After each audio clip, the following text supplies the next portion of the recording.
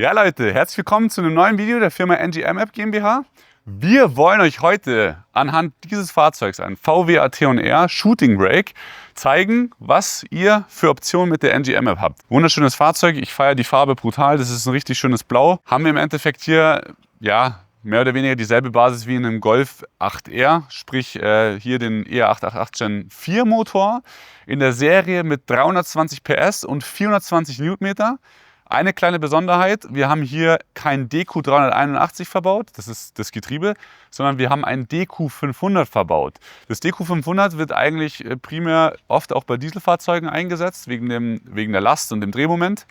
Oder eben auch bei einem RS3 8Y bzw. bei dem VZ5 Cupra Formentor für eine 5-Zylinder. Da ist das DQ500 verbaut. Der hier hat auch das DQ500, weil ich schätze mal, dass der natürlich eine gute Anhängerlast hat. Also ich denke, dass der gut was ziehen darf. Weiß ich jetzt gerade gar nicht aus dem Kopf, können wir vielleicht nachher noch mal kurz den Schein schauen, wenn er hinten drin hängt.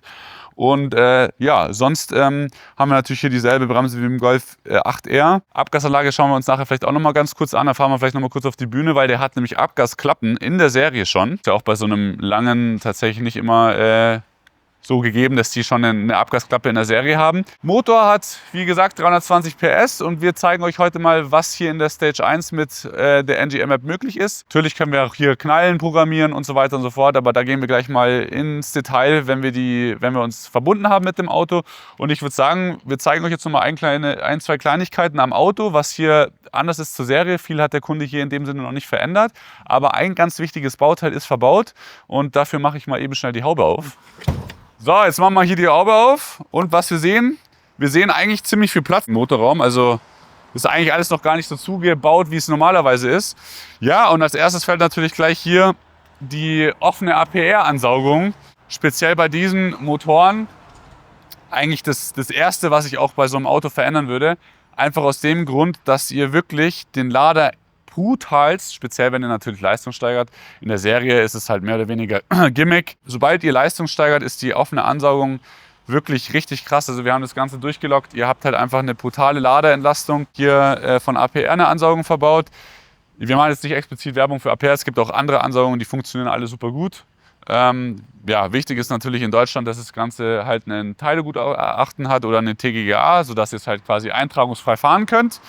Das hat der Kunde hier schon gemacht. Das heißt, hier schon mal Daumen hoch. Damit kann man natürlich, also man kann auch eine Stage 1 ohne der fahren, da brauchen wir nicht drüber reden. Kommt ihr bei dem Auto mit gutem Benzin auf ca. 390 bis 400 PS und 500 Newtonmeter.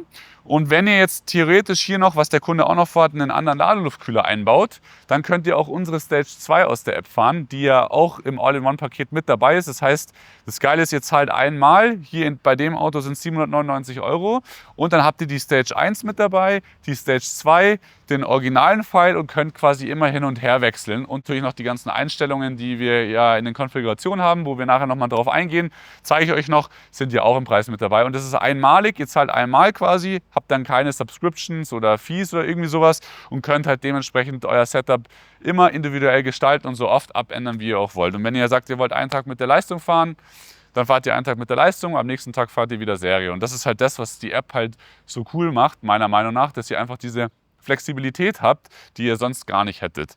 Genau, dann würde ich sagen, machen wir hier wieder zu. Sonst gibt es eigentlich nicht viel zu sagen. Auf jeden Fall, der Motor hat einige Schwachstellen ausgemerzt gegenüber dem Gen 3. Das heißt, wenn ihr die Möglichkeit habt, klar, soundtechnisch ist ein OPF-Modell speziell natürlich immer ein bisschen kastrierter wie die Non-OPF-Modelle. Dennoch würde ich immer einen Gen 4 dem Gen 3 vorziehen, weil einfach dieser Motor deutlich besser ist wie der Gen 3. Machen wir die Haube wieder zu. Ja, gehen wir vielleicht noch ganz kurz ums Auto einmal rum, weil ich noch mal eine Kleinigkeit zeigen will. Und zwar, also man sieht halt, ich habe das Auto tatsächlich auch mal mit den 190 PS in einem 2 Liter gehabt, eine Zeit lang für ein paar Monate als Ersatzwagen.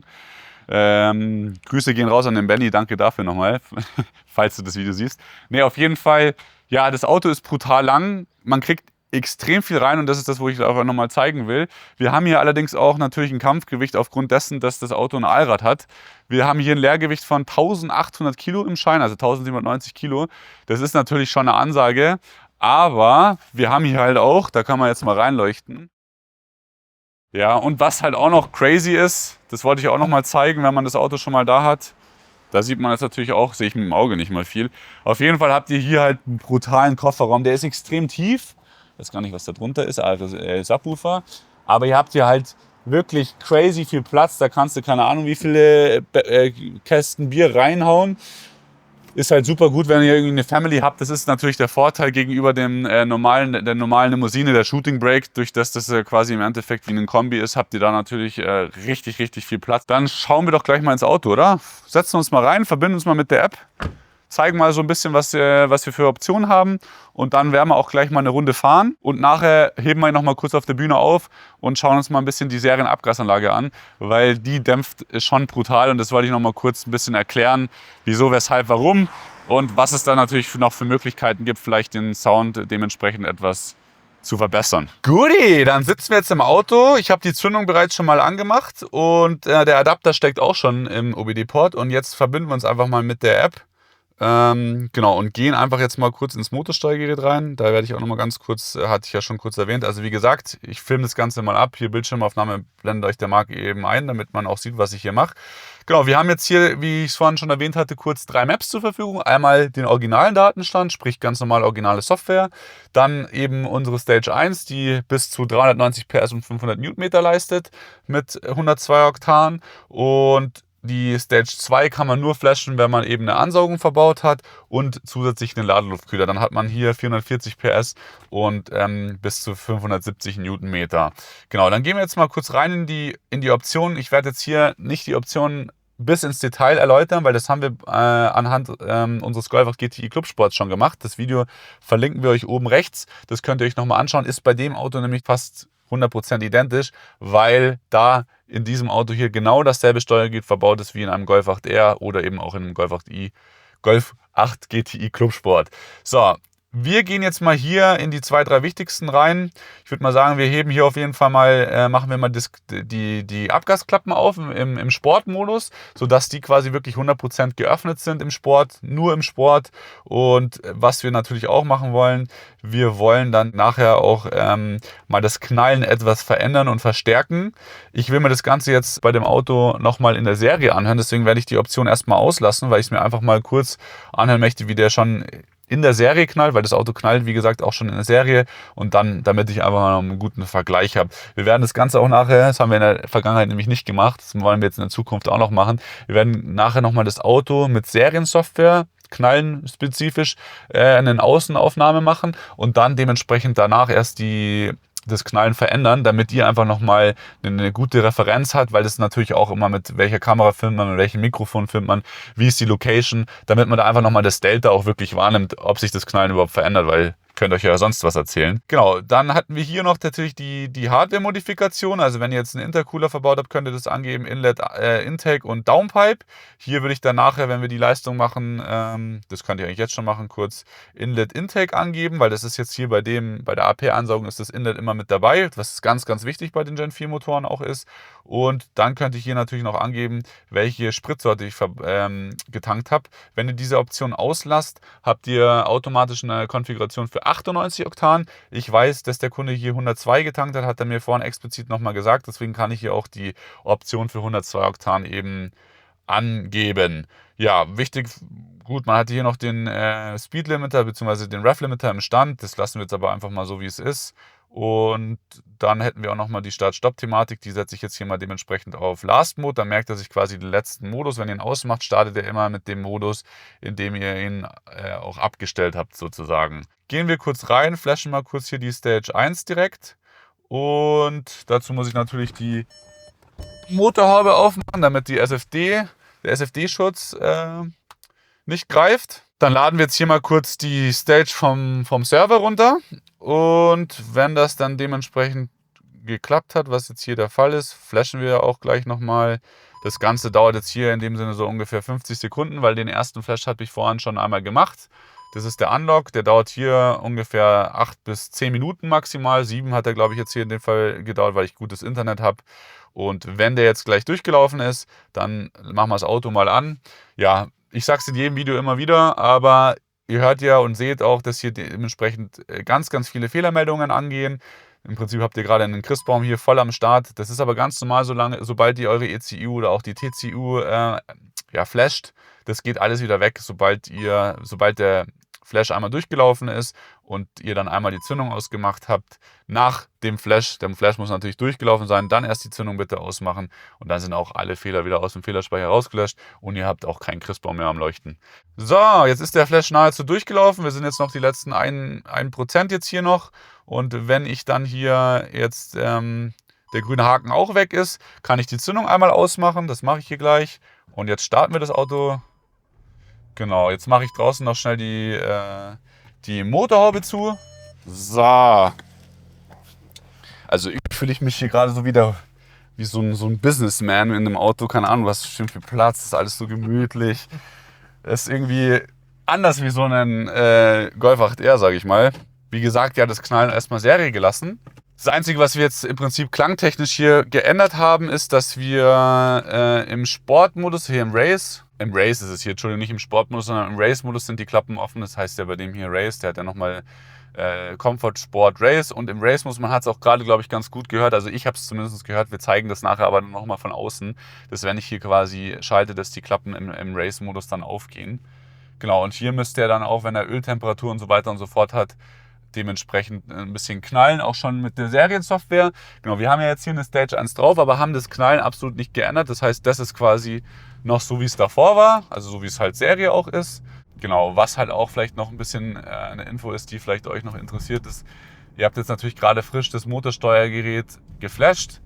Das sind dann, sage ich mal, ein paar Meter, vor allem auch im Vollgasbetrieb, wo das Auto dann noch adaptiert. Das geht zwar sehr, sehr, sehr zügig. Das ist auch immer so ein bisschen Irrglaube. Das Einzige, was nicht so zügig geht, ist, dass das Getriebe sich an euren Fahrstil gewöhnt. Das dauert echt ein paar Kilometer. Es kommt immer ein bisschen drauf an. Aber da habe ich jetzt auch die Erfahrung gemacht, dass das schon, oder was heißt jetzt schon lange, dass das Getriebe halt einfach ein bisschen länger braucht, bis es sich an euren Fahrstil wieder adaptiert. Genau, wir haben ja jetzt das Getriebe hier nicht gemacht, weil es einfach nicht geht. Dazu will ich auch noch mal ein paar Worte zu loswerden. Also wir haben ja hier, deswegen hatte ich das vorhin am Anfang auch schon erwähnt, das DQ500. Das ist das größte Getriebe mehr oder weniger, was VW Doppelkupplungsgetriebe so anbietet. Hält halt auch wirklich richtig, richtig viel aus. Das Schöne bei dem Getriebe ist, obwohl wir jetzt keine Getriebesoftware drauf haben, ist die Drehmomentbegrenzung hier bei dem Getriebe bei 700 Newtonmeter. So, 700 Newtonmeter schaffen wir mit dem originalen Lader sowieso nicht. Also da ist, sage ich mal, ja, 600 kriegen vielleicht manche hin, kann man auch irgendwie realisieren, aber wir machen, wie gesagt, nicht mehr als 570 im Peak und das ist natürlich ein gutes Stück unter der Drehmomentbegrenzung, von daher heißt, ihr habt hier keinen Eingriff vom Getriebe, was das Drehmoment angeht. Genau, was halt leider nicht geht, ist, man kann die Schaltzeiten halt nicht anpassen, weil wir, wie gesagt, keinen Zugriff aufs Getriebe haben, hat auch niemand anders. Das Einzige, was man bei dem Auto machen kann, ist aber eine kostenspielige Angelegenheit, ist, dass man die Mechatronik komplett abändert, also hardware-seitig. Dann kann man natürlich das Getriebe auch schreiben und flashen. Ja, wir bieten das zum Beispiel gar nicht an, weil es meiner Meinung nach für den Otto-Normalverbraucher oder der das Auto im Alltag bewegt, gar keinen Sinn macht. Also klar, wenn ihr jetzt natürlich auf Drag Race und ihr baut ein Auto brutal um und wie auch immer, dann ist das eine ganz andere Nummer, aber dafür ist das das falsche Auto, weil dafür kauft man sich dann eher irgendwie einen RS3 oder was auch immer, der halt einfach schon mal leichter ist und eine andere Basis hat wie der jetzt hier. Das hier ist einfach ein richtig geiles, langes, großes Auto, was jetzt nochmal zusätzlich durch die Stage 1 einfach richtig schön Schmackes hat. Also knappe 400 PS jetzt in dem Hobel. Klar, 1800 Kilo ist natürlich auch eine Ansage, aber trotzdem wird man das richtig merken und der wird halt richtig schön schieben.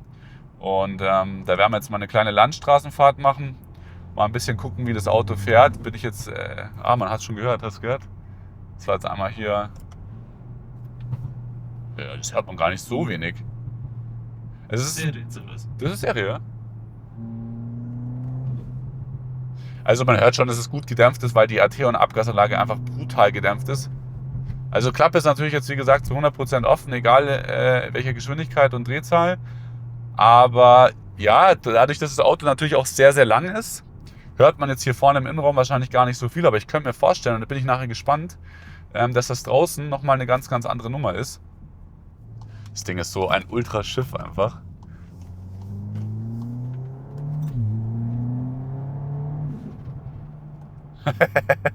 Kommt schon ein oder zwei Knalle raus, du, gell? Film für euch mal als allererstes das Knallen in der Serie ab. Genau. Mit Serienabgasanlage.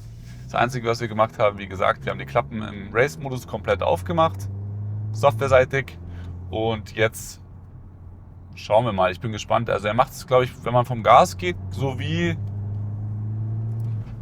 Ja, es ist wie im Prinzip genau beim Golf 8R. Also man kann vom Gas gehen zwischen 3.000 und 4.000 Umdrehungen. Da knallt er und wenn man runterschaltet... Also ich hatte das jetzt gemacht, ein bisschen, gell? Genau, also zwischen 3.000 und 4.000 Umdrehungen, glaube ich, ist es so, dass er da natürlich am lautesten knallt. Und hat auch natürlich eine Temperaturschutzüberwachung, die auch sehr reaktiv ist. Die ist natürlich auch weiterhin aktiv, wenn ihr das Knallen mit unserer App verstärkt. Einfach aus dem Grund, dass wir die immer aktiv lassen, damit ihr euch einfach nichts kaputt macht. Da wird quasi eine Abgastemperatur errechnet. Und dementsprechend, wenn die zu heiß wird, dann hört er einfach mit dem Knallen auf. Genau, weil ihr habt ja nachher, das zeigen wir euch natürlich dann und flashen es dann auch nochmal, die Möglichkeit, das Knallen halt deutlich zu verlängern und auch von der Intensität etwas zu steigern. Genau, solange natürlich originaler Cut und originaler OPF drin ist, würde ich es einfach nicht permanent übertreiben. Es ist zwar ein Schutzmechanismus drin, aber trotzdem kann man natürlich, wenn man es die ganze Zeit übertreibt und die ganze Zeit knallen lässt, kann man sich unter Umständen auch den Cut beschädigen. Und das will man natürlich einfach vermeiden, wobei die hier in den Gen 4 Motoren deutlich mehr aushalten wie die Gen 3 Motoren. Also die Cuts, sage ich jetzt mal, weil die einfach vom Korpus her deutlich größer sind und einfach einen größeren Durchmesser haben und dadurch einfach ja, mehr aushalten. Sieht aber schon echt gut an, du. Macht schon Laune, der Kollege hier. Ne, man hat halt hier auch super gut Platz. Also selbst mit Schiebedach, gut, das ist jetzt natürlich offen, ist halt immer Gewicht und zwar an einem Ort, wo man es eigentlich nicht haben will, aber fällt bei so einem Auto natürlich nicht ins Gewicht. Ob du jetzt 1097 Kilo wiegst oder 1760. Oh, krass für Serie. Echt, hätte ich jetzt bei der Anlage gedacht, dass da nicht so viel rauskommt. Dann ist die vielleicht doch gar nicht so... Ich bin gespannt, wenn wir nachher aufheben, auf die Bühne hauen und mal schauen, wie die Anlage aufgebaut ist. Wollte ich bei Theo und mir schon immer mal anschauen. Ja, jetzt sind wir hier an unserer Strecke angekommen. Jetzt machen wir als allererstes mal die Serienaufnahme. Also sprich, hier ist jetzt nichts verändert softwareseitig. Nur das Einzige, was wir geändert haben, Klappe offen im Race-Modus. Und dann könnt ihr euch jetzt mal das Knallen in der Serie anhören.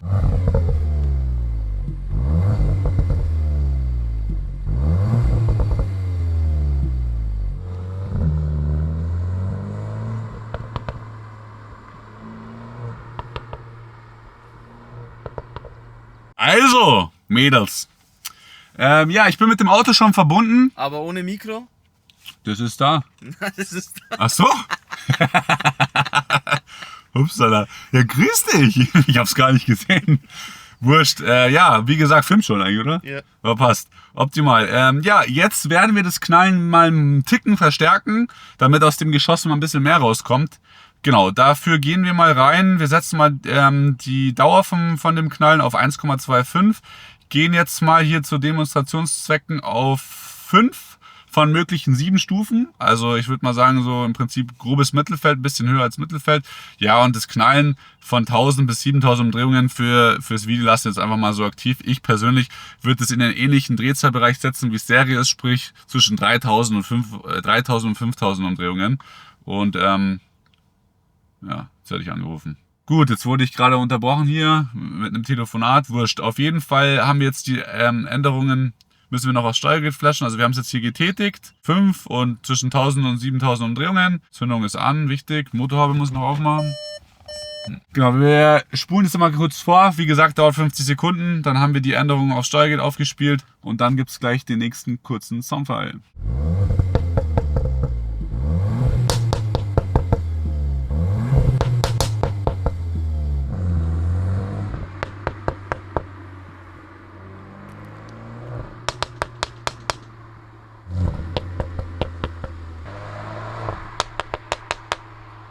Guti, dann habt ihr jetzt mal die erste andere Tonvariante gehört, beziehungsweise einfach das Knallen haben wir ja dezent verstärkt und auch einen ganz kleinen Ticken länger gemacht, wie es in der Serie ist.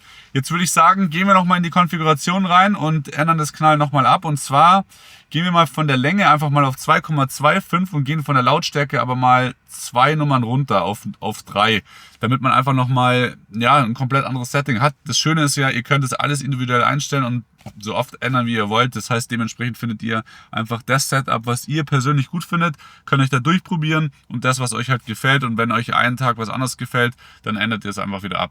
So, ihr seht, das haben wir jetzt geändert und jetzt flashen wir das Ganze noch aufs Steuergerät und dann gibt es den nächsten Soundfile.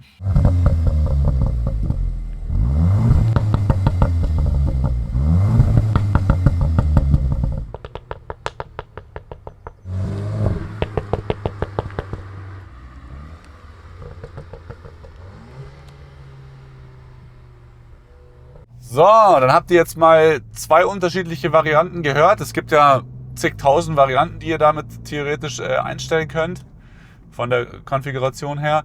Ja, ihr habt jetzt auch ganz klar gehört, dass wenn ihr die Dauer einstellt, also höher schraubt, wir haben jetzt ja, glaube ich, wie war es, 2,25 Sekunden war es und Stufe 3 nur, habt ihr natürlich ein relativ langes Knallen und das wiederum natürlich auch deutlich mehr Hitze entsteht. Deshalb greift der Temperaturschutz auch deutlich schneller. Also man hat es ja jetzt in einem Videofall auch gehört, der hat es dann 1-2 Mal gemacht und dann beim Runterschalten hat er es schon nicht mehr gemacht, weil die Temperatur, die Abgastemperatur einfach zu heiß dann ist und dann greift eben der Schutzmechanismus, dass ihr euch einfach nichts kaputt macht und das ist halt schon auf jeden Fall auch sehr, sehr wichtig. Ja, ich denke, man hat jetzt auf jeden Fall mal einen Eindruck bekommen, wie es sich mit der originalen AT&R Abgasanlage anhört. Ich finde es alles andere als schlecht tatsächlich. Ich mag es ja eher, wenn es, also die erste Variante hat mir persönlich jetzt nicht so gut gefallen, sondern ich mag es eher dann wie die zweite. Ich würde dann persönlich die Dauer einfach nicht ganz so lang machen, weil mir das einfach dann zu lang wäre. Aber deswegen, die App, da kann sich jeder so einstellen, wie er es haben will. Also er schiebt schon ordentlich an. Schiebt halt auch richtig schön bis in den Begrenzer. Das ist jetzt schon ein massiver Unterschied zur Serie. Ich meine, gut, wir haben ja hier auch, wenn man jetzt theoretisch die Stage 1 sind, das jetzt hier 80 PS mehr ungefähr, Pi mal Daumen, sagen wir mal 70 PS mehr, weil der hat ja auch schon Serie 320. Die Dinger streuen erfahrungsgemäß immer einen Tick nach oben. Also sind wir so bei 330 PS werden wir sicherlich liegen in der Serie. Und jetzt mit der Leistungssteigerung mit 102 Oktanen liegen wir zwischen 390 und 400 PS ungefähr. Jetzt haben wir 22 Grad. Das ist natürlich jetzt auch schon bisschen höher als die Besttemperaturen, aber trotzdem werden wir hier so bei 390 bis 400 PS liegen. Genau. Das ist, und halt Drehmoment 500 Newtonmeter anstatt 430, was die dann ungefähr 430, 440 werden die in der Serie zum Teil schon machen. Sagen wir mal 430 auf jeden Fall. Das ist natürlich dann trotzdem, hat man 70 Newtonmeter mehr und die spürt man im Popometer auf jeden Fall. Da drückt es sich schon ein wenig mehr ins Sitz. Nein. Hier Gasthaus Bartel, sehr zu empfehlen.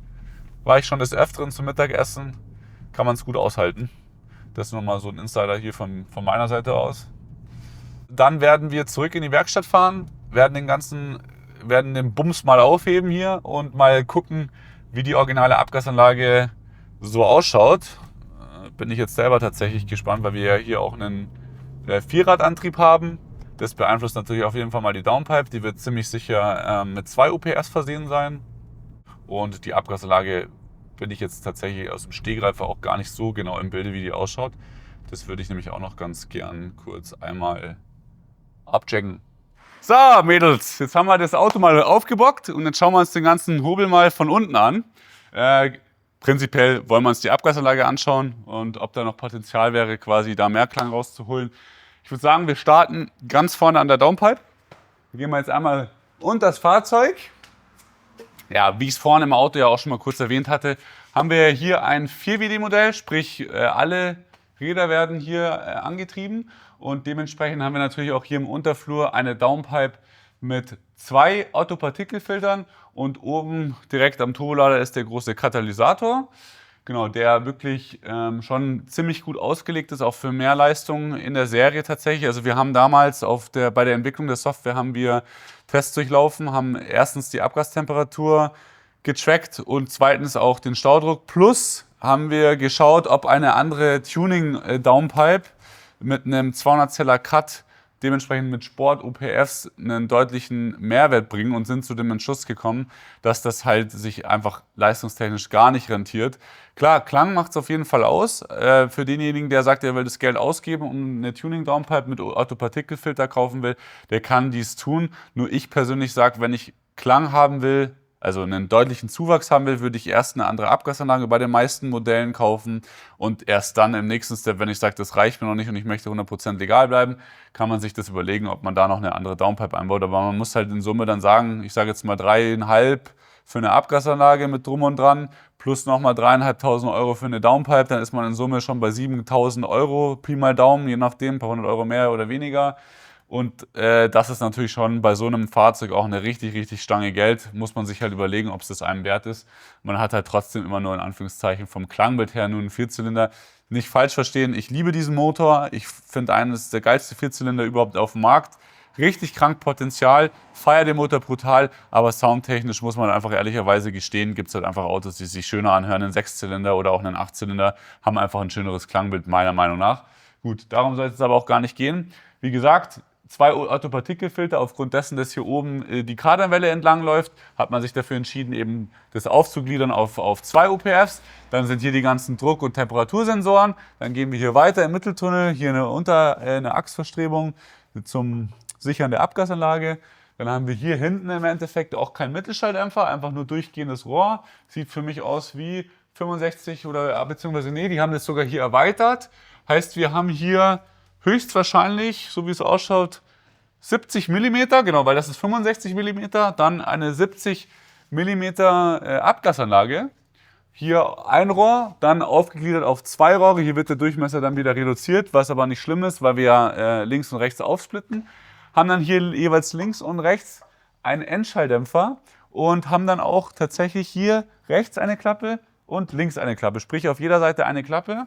Ja, jetzt könnte man natürlich nochmal, das werde ich jetzt auch tatsächlich machen, ich werde mir jetzt schnell eine Lampe holen und mal eben, weil man kann da von hinten ganz gut reinschauen, werde mal schnell reinluren.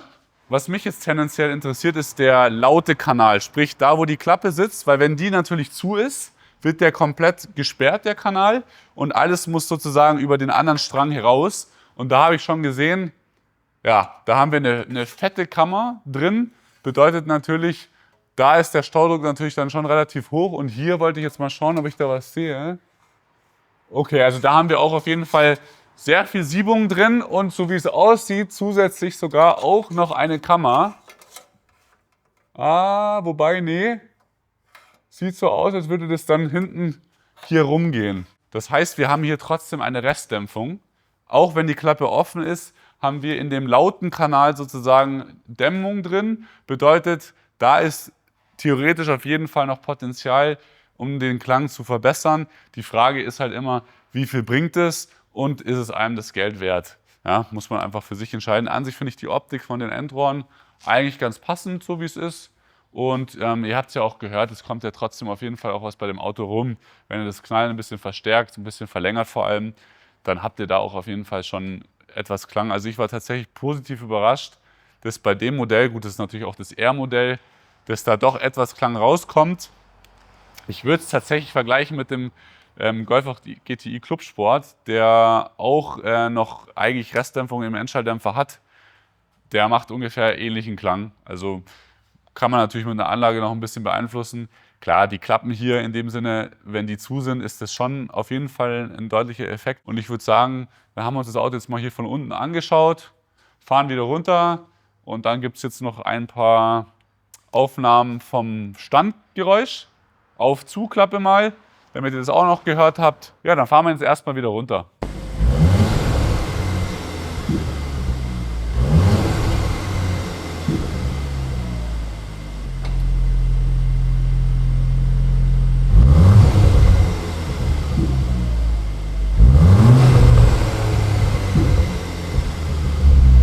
So Leute, das sollte es erstmal vom Ateon-R Shooting Brake gewesen sein. Meiner Meinung nach echt ein richtig, richtig schönes Auto.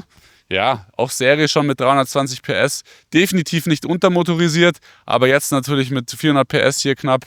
Auf jeden Fall ein richtiger Pampers-Bomber meiner Meinung nach. Ja, macht richtig Laune das Teil, geht richtig gut nach vorne und wir sind natürlich noch auf der Suche nach weiteren Autos, die wir hier auf dem Kanal abbilden können, die wir mit der NG M-App auch unterstützen können. Und falls du ein Auto hast, welches wir noch nicht auf unserem YouTube-Kanal haben, aber mit der NG M-App unterstützen, kannst du dich natürlich gerne bei uns melden, entweder per E-Mail oder auf Instagram. Wir geben denjenigen einen guten Rabatt auf unsere Lizenz, damit es sich auch natürlich für euch rentiert und wir dementsprechend ein geiles Video für euch auf unserem Kanal veröffentlichen können. Ich hoffe, euch hat das Video gefallen und wir sehen uns bei unserem nächsten Video wieder. Das nächste Video wird ein Golf 7 GTI Vorfestival sein.